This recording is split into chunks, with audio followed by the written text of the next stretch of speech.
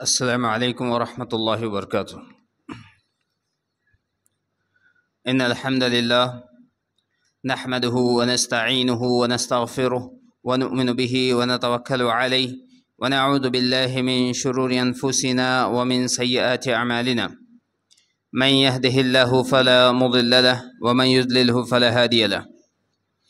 أعوذ بالله السميع العليم من الشيطان الرجيم من همزه ونفخه ونفثه. بسم الله الرحمن الرحيم. إنما المؤمنون إخوة فأصلحوا بين أخويكم واتقوا الله لعلكم ترحمون. نہایت ہی قابل احترام معزز مہمان فضیلت الشیخ ظفر الحسن مدنی حفظہ اللہ،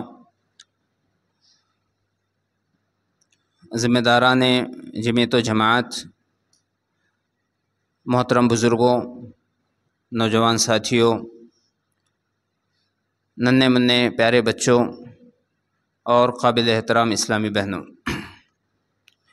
اللہ رب العالمین کی حمد و ثنا اور نبی آخر الزماں محمد عربی صلی اللہ علیہ وسلم پر درود و سلام کے بعد،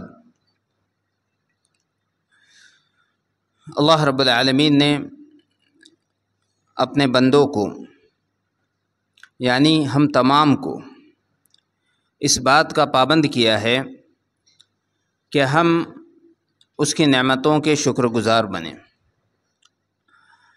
اگر ہم اس کی نعمتوں کے شکر گزار ہوں گے تو اللہ تعالیٰ کا وعدہ ہے کہ وہ اپنی نعمتوں میں ضرور بضرور اور زیادہ اضافہ فرمائے گا۔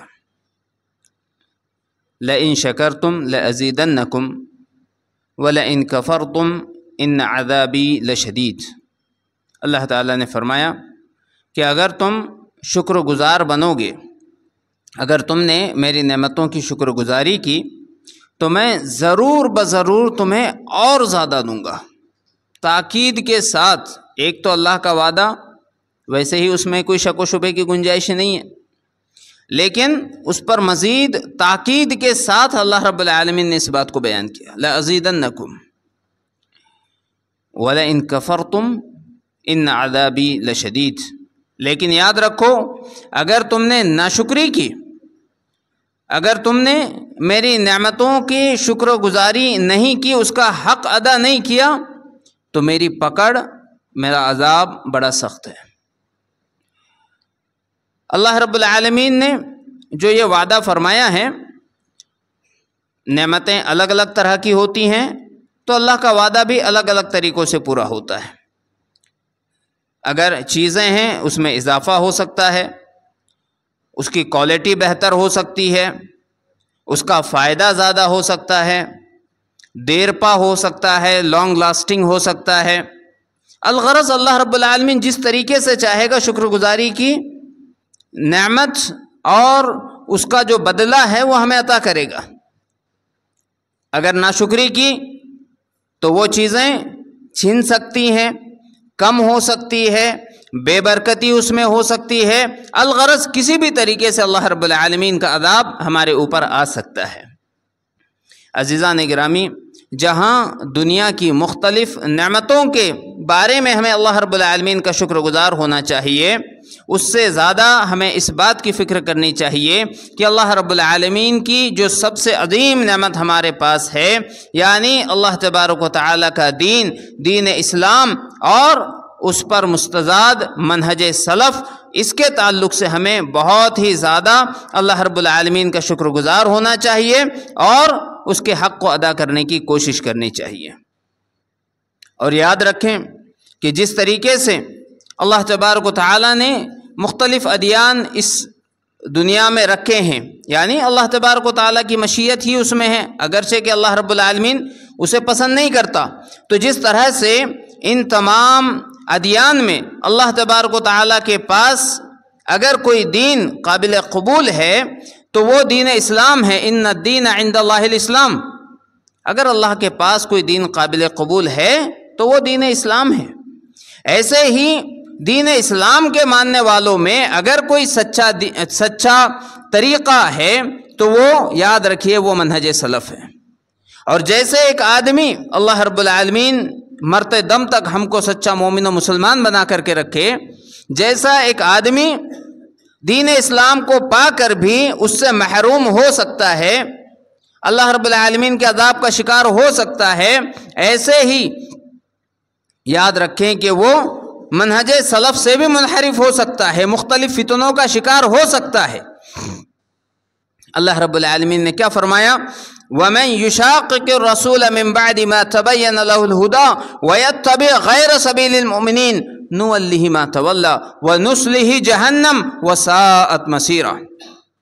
ہدایت واضح ہو جانے کے بعد حق کیا ہے، باطل کیا ہے، صراط مستقیم کیا ہے، اللہ کے نبی صلی اللہ علیہ وسلم کا لایا ہوا دین کیا ہے، قرآن و سنت کی تعلیم کیا ہے، یہ جان لینے کے بعد بھی وَمَن يُشَاقِقِ الرَّسُولَ مِن بَعْدِ مَا تَبَيَّنَ لَهُ الْهُدَى، جب ہدایت واضح ہو گئی اس کے بعد بھی جو رسول کی مخالفت کرے گا وَيَتَّبِعْ غَيْرَ سَبِيلِ الْمُؤْمِنِينَ، اور مومنوں کا راستہ چھوڑ کر کے کوئی راستہ اپنائے گا۔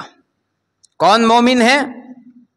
یہ کہہ دینا کہ ہماری تعداد اتنی زیادہ ہے اور ہم سواد اعظم ہیں اس لیے ہم حق پر ہے، نہیں ہے۔ اللہ رب العالمین نے فرمایا جو مومنوں کی راہ چھوڑ کر کے کوئی راہ اپنائے گا۔ کون مومن؟ جب یہ آیت کریمہ نازل ہو رہی ہے تو اللہ رب العالمین کے چنے ہوئے لوگ، صحابہ کرام رضوان اللہ علیہم اجمعین، یہ مومنین ہیں جو ہمارے سلف صالحین ہیں۔ اللہ تبارک و تعالی نے اس کے تعلق سے کہا کہ ان صحابہ کا راستہ چھوڑ کر کے کوئی راستہ جو دوسرا منتخب کرے گا، اس کو اپنے لیے پسند کرے گا، نوَلِّهِ مَا تَوَلَّى، ٹھیک ہے، وہ جدھر جانا چاہتا ہے اس نے اپنے لیے صراط مستقیم کو چھوڑ کر کے کوئی راستہ اس نے اپنے لیے چن لیا ہے، ہدایت کا راستہ چھوڑ کر کے ضلالت کو اس نے پسند کر لیا ہے، کوئی بات نہیں، نوَلِّهِ مَا تَوَلَّى، وہ جدھر مڑا ہم اسے اور لے کر کے جائیں گے، وَنُصْلِهِ جَهَنَّمَ، یہاں تک کہ اسے جہنم میں پہنچا دیں گے، وَسَاءَتْ مَصِيرًا، یاد رکھو وہ بہت برا ٹھکانہ ہے۔ اللہ ہم سب کی حفاظت فرمائے۔ عزیزان گرامی، تو یہ جو ہدایت کا راستہ اللہ تبارک و تعالیٰ نے ہمیں دکھایا ہے، یہ جو صراط مستقیم اللہ تبارک و تعالیٰ نے ہم کو بتایا ہے اور ہمیں یہ توفیق دی ہے کہ وہ دین اسلام جسے لے کر کے نبی آخر الزماں محمد عربی صلی اللہ علیہ وسلم اس دنیا میں آئے تھے، وہ دین اسلام جسے صحابہ کرام نے براہ راست ڈائریکٹ نبی کریم صلی اللہ علیہ وسلم سے سیکھا، سمجھا، اس پر عمل کیا اور من وعن ایز اٹ از بعد والوں تک پہنچا دیا، تابعین تک، پھر تابعین تک، یہاں سے لے کر کے آج ہمارے سامنے بالکل صاف ستھرا وہ دین اسلام موجود ہے، انشاءاللہ تعالی قیامت تک موجود رہے گا۔ تو یہ جو منہج ہمارے پاس ہے، جو واقعی دین ہے، سچا اور خالص دین اسلام ہے، جو ہدایت کی راہ ہے، جو صراط مستقیم ہے، جو جنت تک پہنچانے والا ہے، میرے بھائیوں، ہمیں اللہ تبارک و تعالیٰ کا شکر گزار ہونا پڑے گا۔ اور شکر گزاری کیا ہے؟ زبان سے شکر ادا کرنا تو یقیناً ہے ہی، یہ تو سب سے پہلی سٹیپ ہے، اللہ کی حمد بیان کرنا، اللہ کی بڑائی بیان کرنا، اللہ کی کبریائی بیان کرنا، اللہ تبارک و تعالیٰ کے سامنے اپنے ان احساسات کا اظہار کرنا کہ اللہ تیرا بے انتہا شکر و احسان ہے کہ تو نے ہمیں دین کے نام پر بھی، اسلام کے نام پر بھی جو بھول بھلائے لوگوں نے بنا رکھے ہیں، اللہ ان میں سے بچا کر کے تو نے ہمیں وہ راستہ دکھایا ہے جس کے ساتھ نبی آخر الزماں محمد مصطفیٰ صلی اللہ علیہ وسلم کو مبعوث کیا تھا۔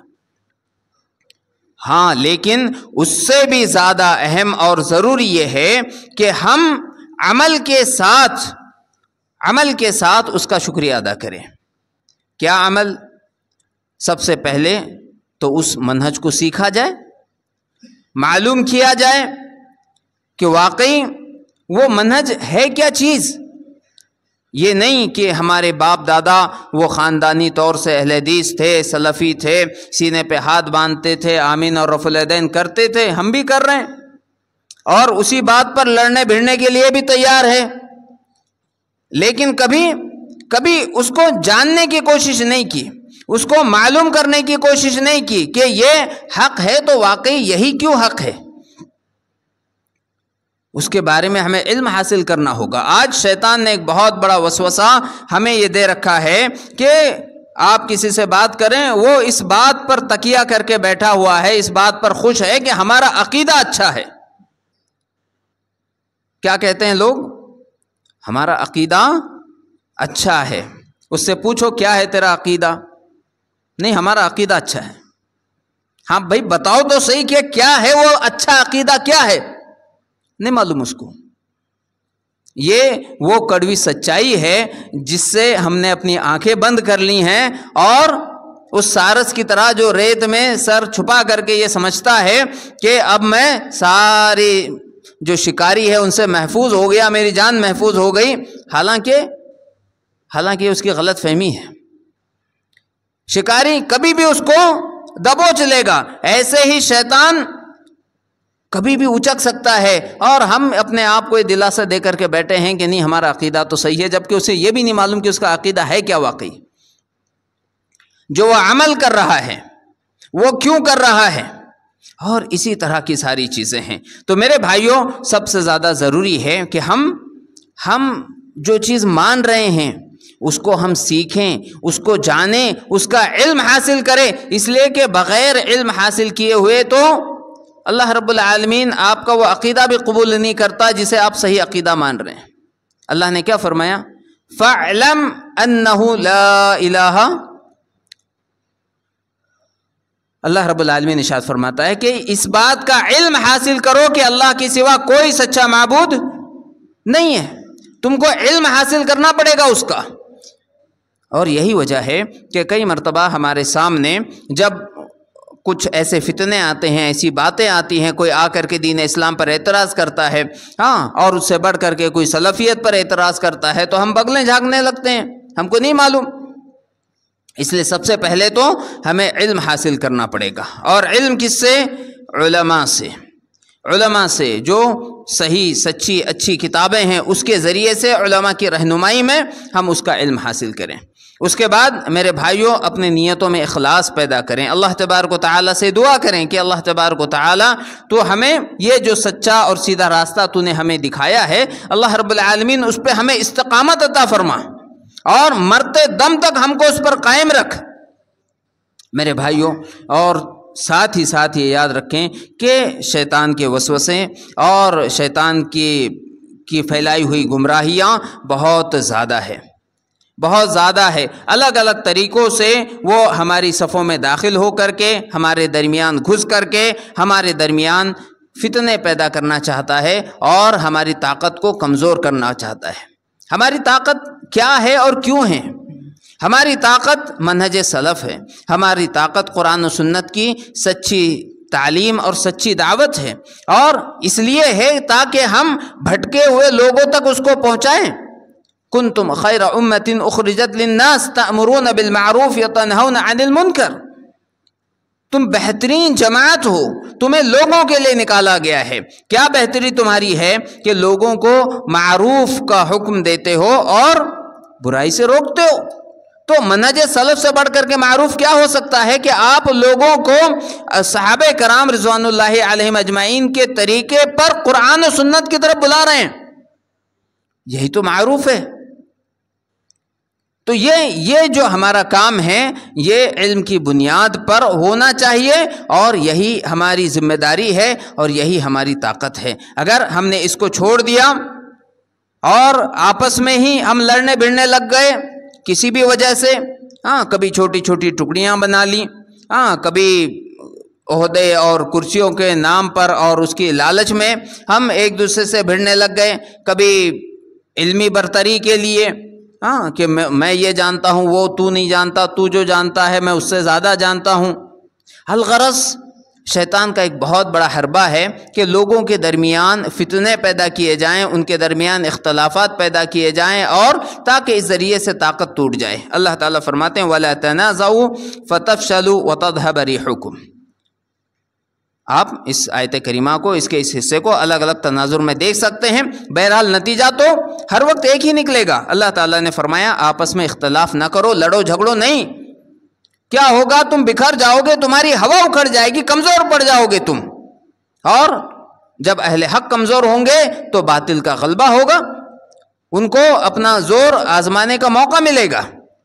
اس لیے میرے بھائیوں، ہمیں اتفاق اور اتحاد سے رہنے کی ضرورت ہے.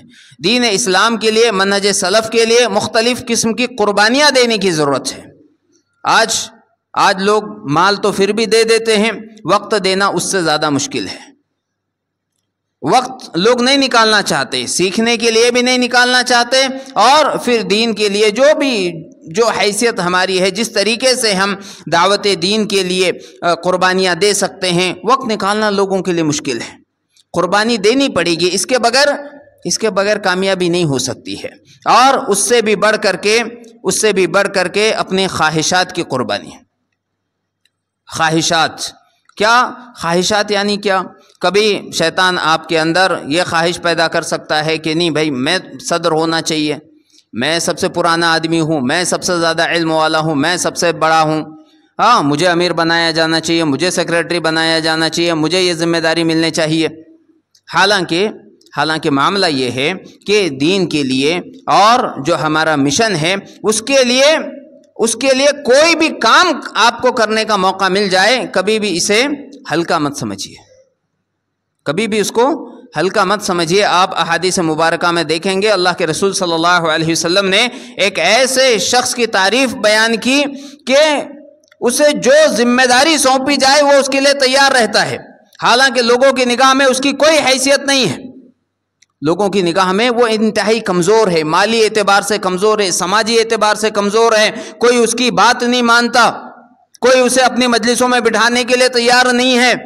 لیکن جب اللہ کے راستے میں نکلتا ہے، اگر اس سے کہہ دیا جائے کہ تمہاری ڈیوٹی وہاں فرنٹ پر ہے، وہاں کھڑا ہوا ہے، ضرورت پڑی وہاں سے ہٹایا گیا کہ جاؤ نہیں، درمیان میں اس جگہ چلے جاؤ، خوشی خوشی وہاں پہنچ گیا. وہاں سے ہٹایا گیا نہیں، سب سے پیچھے جاؤ، تمہارا کام وہاں پر اب ہے، وہاں پر بھی وہ خوش ہے. ظاہر سی بات ہے، ہر ایک کی ذمہ داری الگ ہوتی ہے، ہر ایک کا مقام و مرتبہ الگ ہوتا ہے. کسی کا کام ہے بھی بیٹھ کر کے خطبہ دے، تقریر کرے، کسی کا کام ہے کہ انتظام کرے، کسی کا کام ہے کہ پیسے لگائیں، کسی کا کام ہے اور کسی طریقے سے تعاون کرے. یاد رکھیں اللہ کے خزانے میں کوئی کمی نہیں ہے. اللہ رب العالمین کیا دیکھتا ہے؟ آپ کا اخلاص دیکھتا ہے. اللہ رب العالمین یہ دیکھتا ہے کہ آپ جو کام کر رہے ہیں وہ کس اخلاص کے ساتھ کر رہے ہیں اور اس کے پیچھے آپ کا مقصد کیا ہے. اگر آپ کا مقصد نیک ہے، اخلاص کے ساتھ ہے، تو میرے بھائیو اللہ کی قسم، اگر کسی اجتماع گاہ کی چٹائیاں آپ اٹھا رہے ہیں، اس کام کو بھی آپ معمولی نہ سمجھیں. آپ وہاں جھاڑو لگا رہے ہیں، یہ کام بھی آپ کا معمولی نہیں ہے. اللہ رب العالمین ہو سکتا ہے آپ کے اخلاص کے بدولت اس مجلس میں سب سے زیادہ اجر و ثواب آپ کو عطا کرے.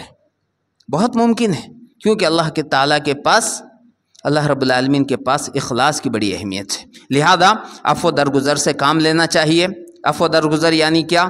اگر کوئی غلطی کر رہا ہے تو پہلے تو اس کو نظر انداز کر دیا جائے.